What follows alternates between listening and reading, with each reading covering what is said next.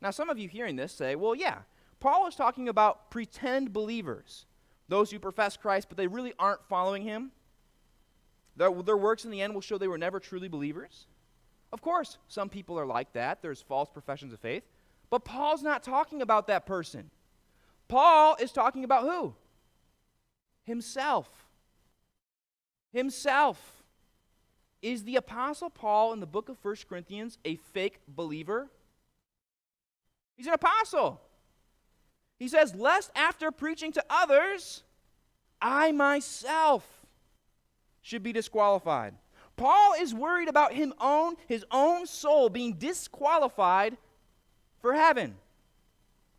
He says, if I don't exercise self-control in all things, even though I've preached, even though I've started these churches, I myself will be disqualified.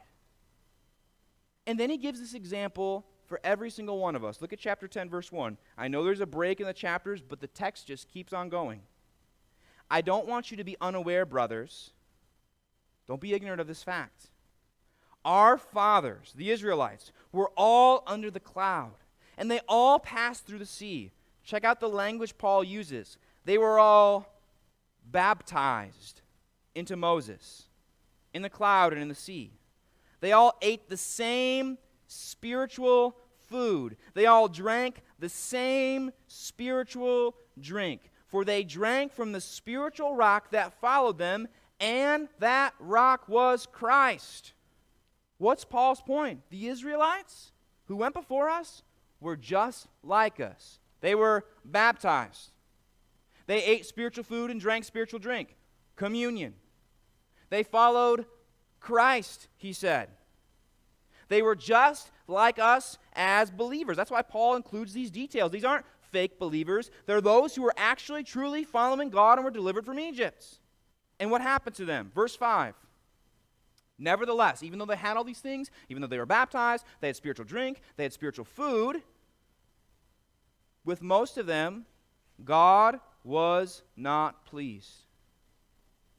And they were overthrown in the wilderness. You're going to have baptism, spiritual food and drink, and Christ, the spiritual rock. And in the end, God can be displeased with you. Now again, some of you might protest, well, Kyle, that was the Old Testament. Things are different now. The Spirit indwells us. Keep reading. Verse 6. These things took place as an example for us. Who are they for, church? They're for us, that we might not desire evil as they did. This is absolutely 100% for us as Christians. And Paul tells us the point is obvious. Don't desire evil things like they did, because God was unpleased. They didn't exercise self-control like a runner running to the end of the race. They didn't do that. And that's why God was displeased with them. He overthrew them in the wilderness because of their idolatry, and they did not inherit the land that was previously given to them. The passage is not hard to interpret. It's very straightforward. It's only hard when we let our theology get in the way.